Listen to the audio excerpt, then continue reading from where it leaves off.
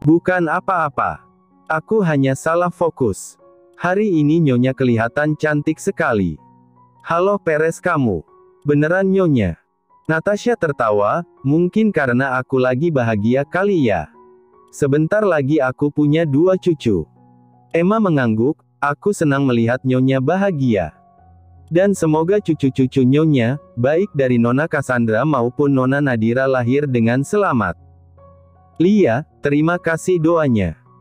Tiba-tiba wajah Natasha berubah sendu membuat Emma mengurutkan dahi. Ada apa Nyonya? Kenapa tiba-tiba Nyonya bersedih? Enggak. Aku cuma membayangkan, seandainya putri kamu tidak meninggal, pasti sekarang dia sudah menikah dan mengandung. Kamu juga akan punya cucu dan menjadi nenek. Kamu tahu, dulu aku sempat membayangkan, suatu hari nanti saat kita sama-sama punya anak dan berjenis kelamin berbeda, aku ingin jodohkan anak kita tapi... Natasha menghentikan kalimatnya. Emma tersenyum, berusaha menutupi kesedihan hatinya. Ada kalanya saat Emma lupa tentang kehilangan putrinya, Emma akan baik-baik saja. Menjalani hidupnya, seolah dia manusia paling bahagia di dunia ini. Namun saat diingatkan seperti sekarang, rasanya baru kemarin Emma kehilangan putrinya dan seluruh dunianya hancur. Emma, aku tidak apa-apa, Nyonya. Mungkin semua ini sudah menjadi takdirku. Aku yakin sekarang putriku sudah bahagia di surga. Natasha mengangguk. Ya udah gimana kalau kita cari makan aja. Melihat Nadira dan Sagara suap-suapan tadi, aku jadi lapar. Suamiku jarang sekali menyuapiku. Bahkan aku lupa kapan terakhir kali dia menyuapiku. Ya gimana, resiko punya suami dingin. Kalau nggak diminta, ya nggak ada inisiatif sendiri. Kadang aku bertanya-tanya Prayoga itu benar-benar mencintaiku nggak sih, kenapa dia jarang romantis? Nyonya, tentu saja Tuan mencintai Nyonya. Kalau nggak cinta, nggak mungkin ada Sagara dan Derek. Oh iya juga haha, Natasha tertawa. Tawa yang membuat hati Emma sendu. Sejujurnya Emma juga tidak tahu bagaimana perasaan Prayoga sebenarnya. Apa dia sudah benar-benar mencintai Natasha atau masih terjebak masa lalunya? Tapi bagaimanapun isi hatinya dan siapapun yang dicintai, Natasha lah pemenangnya, karena dia perempuan yang dinikahi. Ya udah, ayo langsung cari restoran terdekat. Tapi Nona Nadira, sudah ada Sagara. Mereka lagi menikmati momen berdua.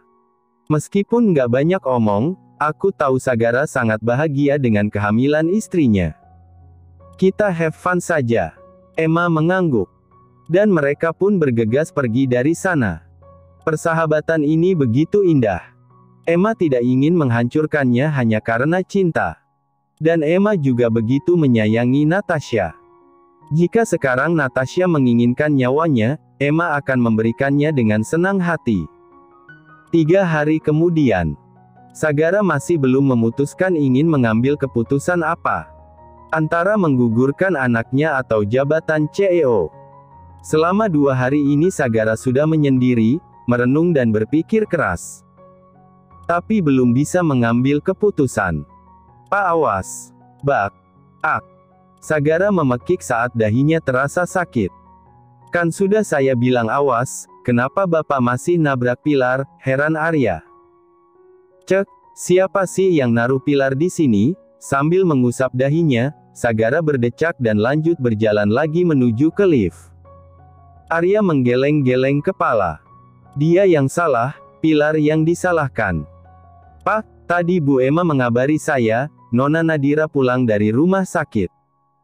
Pak Sagara tidak ingin menjemput Nona. Sagara tak merespon apa-apa, hanya diam. Pak sebenarnya Anda kenapa? Saya perhatikan 2 hari ini Anda kelihatan lesu. Saya baik-baik saja. Nggak usah tanya-tanya. Fokus saja dengan pekerjaan kamu. Baik, Pak. Arya langsung merapatkan bibir. Begitu lift sampai di lantai dasar, dari kejauhan Arya melihat Prayoga bersama sekretarisnya berjalan juga ke arah lift. Seketika Arya teringat ucapan Sagara beberapa hari yang lalu yang ingin menghindari papanya. Pak, Ada Pak Prayoga. Sagara langsung mengangkat kepala dan tepat matanya bertemu dengan mata papanya. Buru-buru Sagara berbalik badan diikuti Arya di belakangnya. Dari kejauhan Prayoga berdecak. Mau SAMPAIKAPAN kamu menghindari papa. Kesini kamu Sagara. Sagara. Saking kencangnya teriakan Prayoga, beberapa pegawai yang ada di lobi gedung menoleh padanya. Akhirnya, si anak bandel itu menghentikan langkah. Memejamkan mata sejenak, Sagara berbalik badan. Langsung saja memasang senyum lebar begitu melihat papanya berjalan cepat ke arahnya. Selamat pagi, Pak, sapa Sagara formal. Selamat pagi. Kenapa kamu selalu menghindari papa?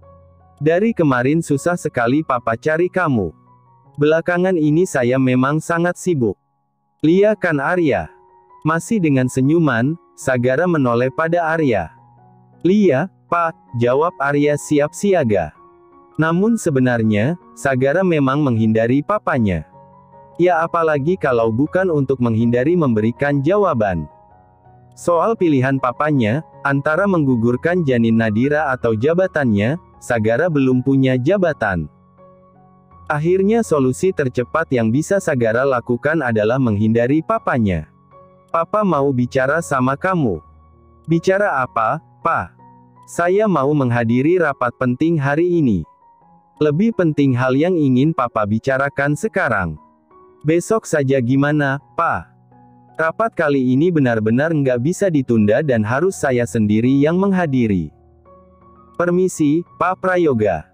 Sagara buru-buru melangkahkan kaki diikuti Arya di belakangnya. Namun seketika langkahnya terhenti saat mendengar ucapan papanya. Papa batalkan. Batalkan apa? Ucapan papa yang kemarin. Kemarin yang mana? Kemarin yang 3 hari lalu. Cek, makanya kalau papa minta bicara berdua ya kamu turuti. Bukan malah terus menghindar. Ayo cepat.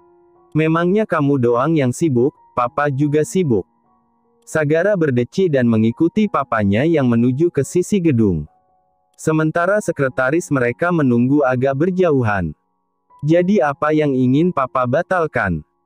Prayoga menarik nafas dalam, enggan mengatakan ini tapi jika dia tidak menarik ucapannya, Emma akan nekat menyebarkan rahasia itu dan Prayoga akan hancur sehancur-hancurnya.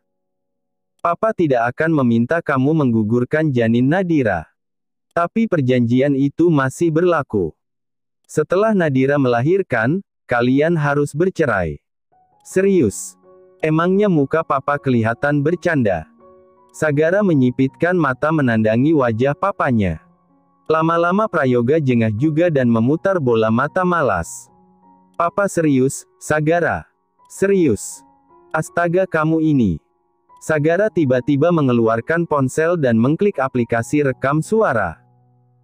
Untuk berjaga-jaga di kemudian hari, silakan Pak Prayoga yang terhormat merekam suara dengan kalimat seperti ini, saya Prayoga Erlangga, saya bersumpah tidak akan menggugurkan atau mencoba menggugurkan kandungan Nadira dengan cara licik. Saya juga tidak akan memaksa putra saya Sagara Vin Erlangga untuk menggugurkan kandungan istrinya. Jika saya melanggar kedua hal itu, saya siap mencret seumur hidup. Cek, harus ada kalimat yang terakhir. Harus. Ayo rekam suara papa. Kalau papa memang bersungguh-sungguh. Dengan kesabaran setipis tisu, Prayoga merekam suaranya sendiri. Sudah. Puas. Puas, terima kasih Yang Mulia Prayoga. Saya senang dengan keputusan Anda. Dengan dramatis Sagara membungkuk ala-ala. Demi apapun, rasanya Prayoga ingin menggetok kepala putranya. Ngomong-ngomong apa yang membuat papa berubah pikiran? Bukan urusan kamu. Pokoknya papa nggak akan menggugurkan kandungan Nadira. Tapi kalian harus tetap bercerai setelah Nadira melahirkan nanti. Ingat, jangan sampai jatuh cinta. Lia, Pa, iya. Ya udah kalau gitu, permisi Raja Prayoga, hamba undur diri. Prayoga ternganga melihat betapa menjengkelkannya Sagara saat meledeknya dengan panggilan-panggilan aneh, kadang Yang Mulia lah, Raja lah. Sementara Sagara langsung berlari meninggalkan gedung. Loh Pak, kok saya ditinggal? Pak Sagara. Arya langsung heboh dan berlari mengikuti bosnya. Nona, pulangnya sama saya saja ya. Tuan Sagara sibuk di kantor. Nyonya Natasha menemani Non Cassandra pulang ke rumahnya. Tapi setelah dari sana Nyonya akan ke rumah Nona. Tapi saya harap Nona tidak berpikir negatif pada Nyonya. Nyonya sudah berusaha bersikap adil pada kalian berdua. Bukan juga bermaksud mendahulukan Nona Cassandra, tapi karena Tuan Derek anak pertama dan Nona Cassandra menantu pertama, jadi Nyonya Natasha mengurutkan dari yang paling dahulu. Lia, Bu Emma. Aku mengerti kok. Aku gak apa-apa. Bu Emma sudah cukup bagiku. Emma mengangguk, jarak dari sini ke parkiran cukup jauh, Nona pakai kursi roda ya? Lia. Saat Emma hendak membantu Nadira turun dari kursi roda, tiba-tiba pintu ruangan terbuka. Membuat Emma dan Nadira sama-sama mendongakkan kepala. Tuan. Sagara tampak ngos-ngosan di ambang pintu. Seolah baru saja mengikuti lari maraton. Dan kenyataannya memang iya. Sagara baru saja berlari dari parkiran menuju ke lift dan ke sini. Untung saja Nadira belum pulang. Tuan kenapa ada di sini? Sagara mengatur napas dan menghampiri Nadira yang masih duduk di tepi berangkar. Tadi saat di kantor, saya ingat flash disk saya ketinggalan di sini. Karena flash disk itu penting, saya buru-buru ke sini ingin mengambilnya. Flash disk. Heran Nadira. Lia, Sagara menuju ke meja dan melihat-lihat di sana. Sejak semalam saya tidak melihat ada flash disk atau barang milik Tuan ada di meja, ucap Bu Emma. Oh ya. Sagara tampak berpikir keras, tapi seingat saya meninggalkan flash disk di sini. Ah mungkin saya salah ingat. Berdehem beberapa kali, Sagara menghampiri Nadira lagi. Kamu mau pulang? Iya, Tuan. Ya udah sekalian aku antar ke rumah, sebelum aku balik kantor. Bu Emma yang sangat mengerti watak Sagara seperti apa, hanya senyum-senyum sendiri. Jelas, flash disk itu hanya alasan, Sagara kesini pasti ingin menjemput istrinya. Astaga, si Tuan gengsi ini. Bisa manis juga. Ya sudah kalau gitu saya ke parkiran duluan ya Tuan, Nona, sambil membawa barang-barang ke mobil. Nadira mengangguk. Sementara Sagara tidak menyahut apa-apa. Sejak tadi seluruh fokusnya masih tertuju pada Nadira. Tuan. Tuan kesambet apa? 2 hari kemarin, wajah Tuan murung. Kelihatan nggak semangat menjalani hidup. Kadang-kadang juga terlihat marah, kesal dan jengkel. Terus sekarang ceria banget. Oh ya. Lia, Nadira mengangguk kuat lalu menatap serius suaminya, Tuan dapat proyek besar di kantor. Sontak saja pertanyaan Nadira membuat Sagara menyemburkan tawa. Proyek? Memangnya perusahaanku, perusahaan kontraktor. Justru perusahaanku yang memberikan proyek pada perusahaan lain. Terus kenapa Tuan kelihatan happy banget? Perasaan biasa saja. Sagara tiba-tiba menggendong Nadira dan mendudukkan di kursi roda. Nadira terkejut. Sungguh, perubahan sikap suaminya benar-benar membuat Nadira bingung. Tuan. Apa? Nat-nat. Nat-nat. Itu panggilan buat kamu. Dengan hati-hati Sagara mendudukkan istrinya di kursi roda, lalu berjongkok di depannya. Nat-nat pung-pung. Sagara mengulurkan tangan dan menepuk-nepuk lembut puncak rambut istrinya.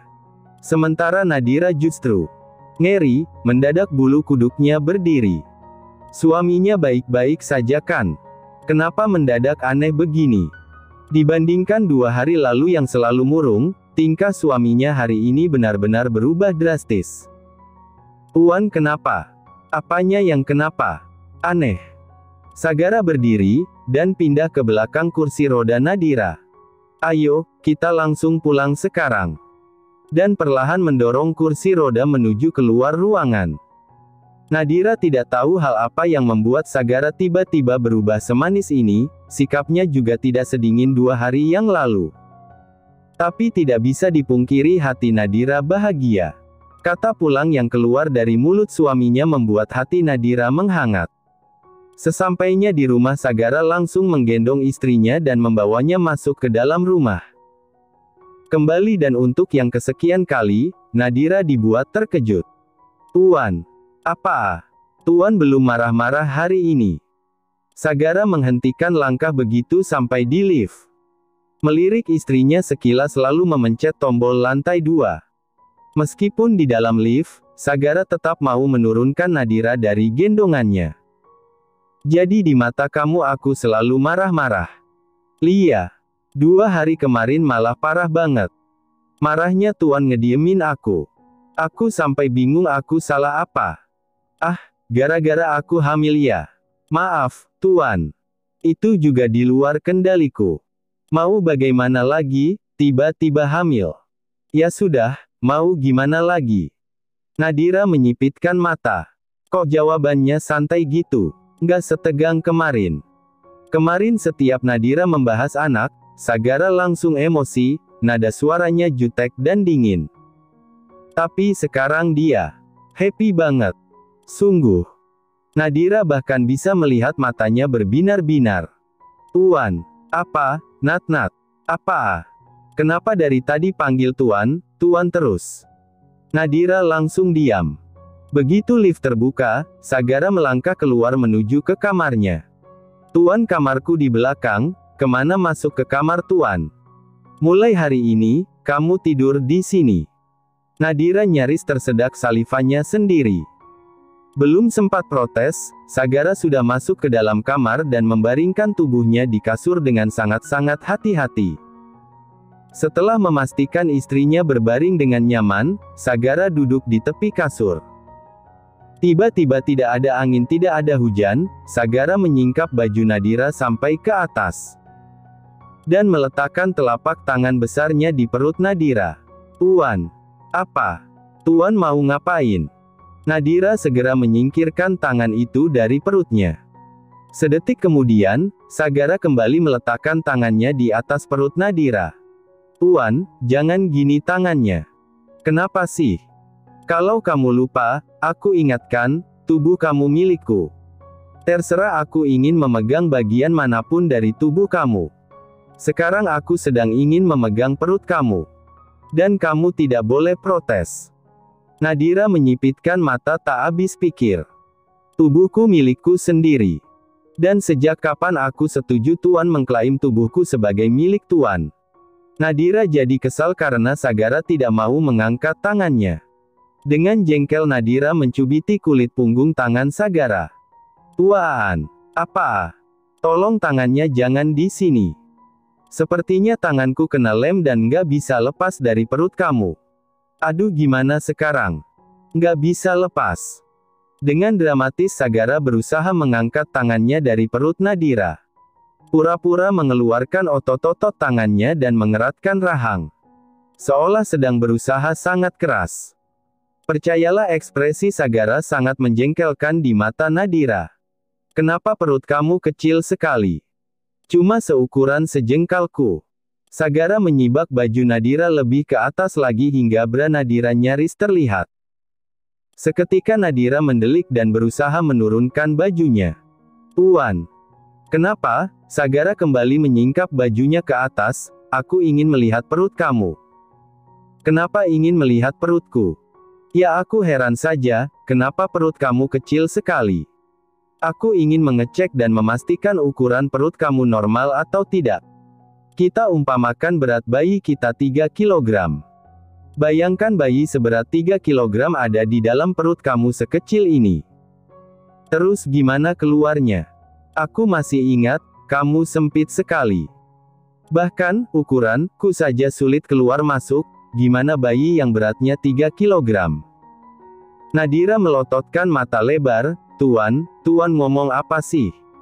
Perutku normal. Sangat-sangat normal. Kalau aku nggak normal, dokter pasti menyuruhku melakukan treatment. Tapi dokter nggak bilang apa-apa. Dokter bilang kondisiku baik. Jadi Tuan nggak perlu mengukur perutku. Nggak perlu juga menempelkan tangan Tuan di perutku. Ih, kenapa nggak mau menyingkir sih? Nadira gemas dan kesal karena setiap menyingkirkan tangan Sagara, Sagara menempelkan kembali tangannya di perut. Sudahlah, terserah. Nadira sudah lelah.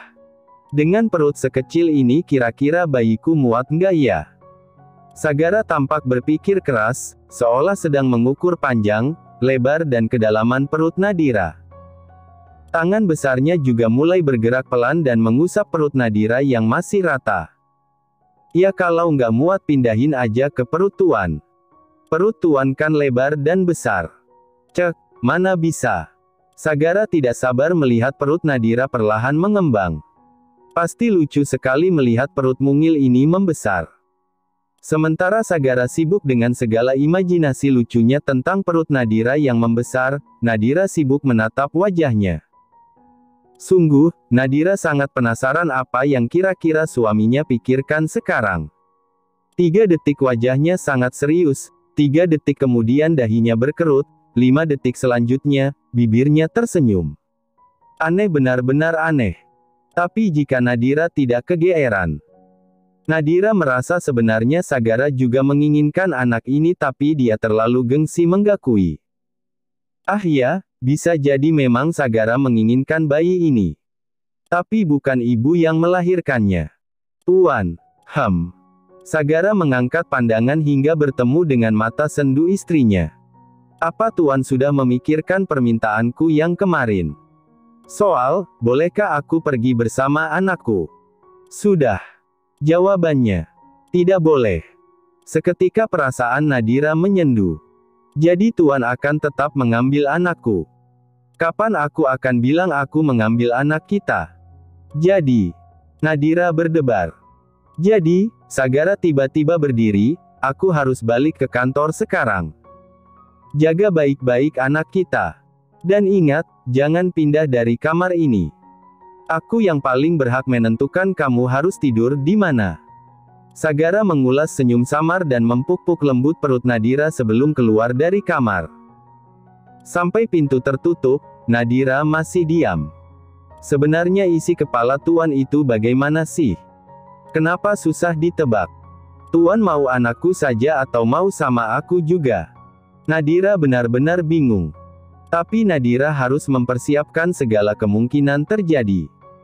Mulai sekarang Nadira harus menyiapkan rencana untuk kabur dari Sagara dan keluarga besarnya. Dari rumah, Sagara langsung meluncur menuju ke Aurora Dreams Cafe Hotel. Seperti perjanjian yang sudah disepakati, Sagara harus memenangkan kompetisi jika ingin mempertahankan posisinya. Karena itu meskipun sekarang kondisinya belum fit, punggungnya pun masih sakit, Sagara tetap memaksakan tubuhnya untuk kerja. Duduk di kursi kerjanya, Sagara membuka proposal dari tim marketing untuk proses promosi hotel yang diserahkan oleh Arya. Apa yang mereka usulkan untuk promosi hotel? Tanya Sagara sambil membaca pendahuluan proposal. Tim marketing ingin mengadakan kampanye promosi berbasis online yang mencakup iklan di media sosial, kolaborasi dengan influencer, dan penggunaan konten video untuk meningkatkan kesadaran tentang hotel kita. Kedengarannya menarik. Detail pelaksanaannya. Mereka ingin meluncurkan kampanye iklan yang canggih di platform media sosial utama seperti Instagram dan TikTok. Mereka juga berencana bekerja sama dengan beberapa influencer terkenal dalam industri perhotelan untuk mengenalkan hotel kita kepada audiens yang lebih luas. Selain itu, mereka ingin membuat video promosi yang menarik untuk situs web dan kanal media sosial kita. Apa indikator atau tolak ukur keberhasilan ide promosi ini? Mereka akan memantau metrik seperti jumlah pengikut baru, interaksi dengan postingan media sosial, tingkat konversi dari kampanye iklan, dan peningkatan pemesanan kamar selama periode promosi. Anggaran. Arya sedikit gusar. Mereka telah menyusun anggaran yang mencakup biaya iklan online, pembayaran influencer, produksi video, dan biaya pengoptimalan situs web kita. Mereka meminta tambahan dana sebesar 20% dari anggaran promosi saat ini. 20%. Bukan angka kecil. Akan saya pertimbangkan dengan tim finance. Suruh tim marketing memberikan list artis untuk proses endorsement. Lalu jadwalkan rapat dengan tim marketing dan tim finance lusa. Baik, Pak. Arya segera mencatat catatan dari bosnya. Hingga dia mendapat notifikasi pesan dari seseorang. Pak Sagara. Lia. Saya sudah mendapat kabar dari orang yang menyelidiki kasus penjebakan Pak Sagara di klub.